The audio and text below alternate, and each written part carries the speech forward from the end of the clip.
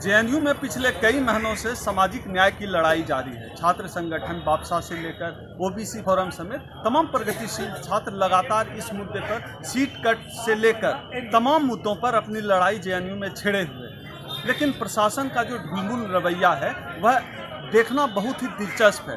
न केवल प्रशासन उन मांगों को दरकिनार करता रहा है, बल्कि पिछले कई दिनों से लगातार जो लोग प्रोटेस्ट कर रहे हैं, जो विद्यार्थी प्रोटेस्ट कर रहे हैं, उनके ऊपर मुकदमा कर रहा है, उनको नोटिस जारी कर रहा है। पिछले दिनों जेएनयू के छात्र नेता वीरेंद्र कुमार पर भी एक मुकदमा दर्ज किया गया है। वीरेंद्र कुमार आज एक कार्यक्रम के सिलसिले में भागलपुर आए हैं। उनसे जानने समझने की कोशिश करते हैं कि प्रशासन का, सत्ता का और सरकार का छात्र संगठनों के प्रति क्या रवैया है और अभी किस मामले में इनको नोटिस जारी किया गया है। वीरेंद्र, ये जो नोटिस जारी किया गया है, ये किस मामले पर जारी किया गया है? अभी जो दो तरह का नोटिस आया है, एक तो जैसे सब लोगों को पता है कि जो नाफे कमेटी रिकमेंडेशन जो वाइवा का नंबर में SC, ST, OBC स्टूडेंट और माइनॉरिटीज़ के साथ जो भेदभाव होता था, हम लोग उसके खिलाफ एकेडमिक काउंसिल मीटिंग 26 दिसंबर को हम लोगों ने प्रोटेस्ट किया था और उसको लेकर के 9 छात्रों को सस्पेंड किया था। मुझे लगता है कि ये इंक्वायरी जो प्रोक्टोरियल कमेटी चला रहा था, इसको पूरा हो गया होगा और मेरे ख्याल से उन्होंने कुछ फैसला लिया है हम लोग के खिलाफ। हम लोग के खिलाफ कोई कड़ी कार्रवाई की योजना उन लोगों की पहले से थी और उसी के संदर्भ में उन्होंने आखिरी नोटिस भेजा है कि आपको क्यों नहीं पनिश किया जाए, इसके लिए आप हाजिर हों। दूसरा नोटिस आया है जो जेएनयू में जो एक हमारा साथी रजनी क्रिश जिसका इंस्टीट्यूशनल मर्डर हुआ, उनको लेकर के हम लोग प्रोटेस्ट किए थे और उस सवाल को लेकर के कि आप लोगों ने प्रोटेस्ट क्यों किया, इसको लेकर के नोटिस आया है। मैं आपको एक बात और बता देना चाहता हूं कि ये जो पूरे जेएनयू में सीट कट और अब्दुल नाफी कमेटी रिकमेंडेशन को लागू करने के लिए जितने भी तमाम तरह के जो दमन शोषण का हम लोग शिकार हुए हैं, इसमें लगभग सारे दलित, आदिवासी, पिछड़े समुदाय और अल्पसंख्यक समुदाय के स्टूडेंट हैं। ये जो लगातार वीरेंद्र चल रहा है कि विश्वविद्यालयों में जो है छात्रों को, दलित, पिछड़े विद्यार्थियों को, लड़कियों को, अल्पसंख्यकों को लगातार जो है उच्च शिक्षा से दूर करने की कोशिश की जा रही है। इस पूरी लड़ाई एक बड़ी लड़ाई होने जा रही है। इस पूरी लड़ाई को लड़ने के लिए आप लोगों की क्या तैयारी है?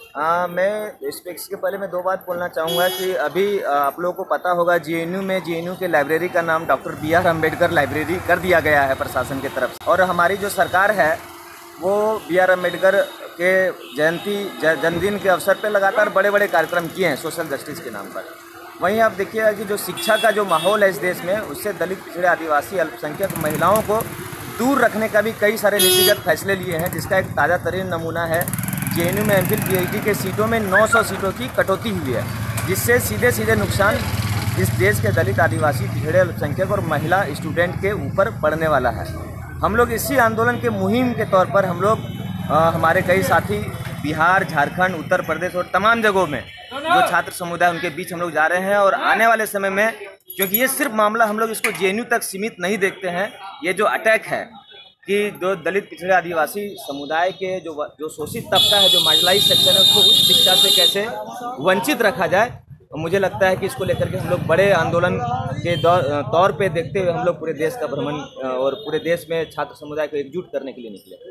पिछले दिनों शरद यादव भी जेएनयू कैंपस आए थे और आप लोग लगातार इस लड़ाई को आगे बढ़ा रहे हैं। क्या कोई मुकाम हासिल कर पाएगा, ऐसा लग रहा है क्या, या फिर टाल मटोल के रवैये में ऐसे ही चलता है? देखिए, हम लोग शुरू दिन से ही, जिस दिन से इस आंदोलन में, सामाजिक न्याय के आंदोलन में जेएनयू में जिस दिन से लड़ रहे थे, हम लोग के दिमाग में सिर्फ जेएनयू नहीं था, हम लोग के दिमाग में एक पूरा देश था और देश के अंदर जो सामाजिक न्याय को लेकर के जो लड़ाई है उसको एकजुट करने का है।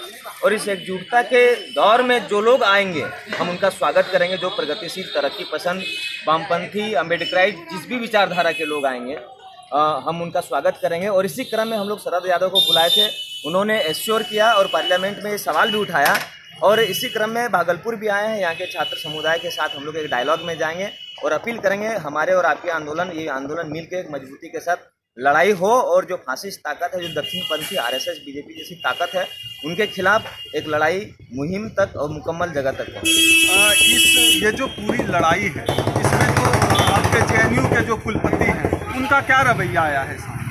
देखिए, हमको लगता है कि जेएनयू नहीं, आप देश के तमाम सेंट्रल यूनिवर्सिटी को देख लीजिए। ये जो सेंट्रल में जो गवर्नमेंट है, जो बीजेपी की सरकार है, जो मोदी सरकार है, जो आरएसएस के ब्राह्मणवादी इशारे पे चल रही है, ये सारे इनके पपेट हैं। चाहे जेएनयू का वाइस चांसलर हो BHU का वाइस चांसलर हो, हैदराबाद सेंट्रल यूनिवर्सिटी का वाइस चांसलर, तमाम वाइस चांसलर ये सारे पपेट हैं, उनके इशारे पे काम कर रहे हैं। इसका मतलब है कि जो RSS का जो ब्राह्मणवादी एजेंडा है उसको लागू करना चाहता है, और इस एजेंडे में दलित, पिछड़े, आदिवासी, अल्पसंख्यक और महिलाओं के लिए कोई जगह नहीं है। तो ये थे JNU के छात्र नेता वीरेंद्र, जो लगातार JNU में सामाजिक न्याय की लड़ाई लड़ रहे हैं। वीरेंद्र बता रहे हैं RSS की कठपुतली की तरह काम कर रहे हैं JNU के कुलपति। साथ ही साथ वीरेंद्र इस बात को भी रेखांकित कर रहे हैं कि उनकी जो लड़ाई है पूरे देश में सामाजिक न्याय के एजेंडे को समग्रता में लागू करने की लड़ाई है। उनकी लड़ाई विश्वविद्यालयों के लोकतांत्रिकरण की लड़ाई है। कैमरामैन मुकेश के साथ ओम सुधा, नेशनल दस्तक, भागलपुर।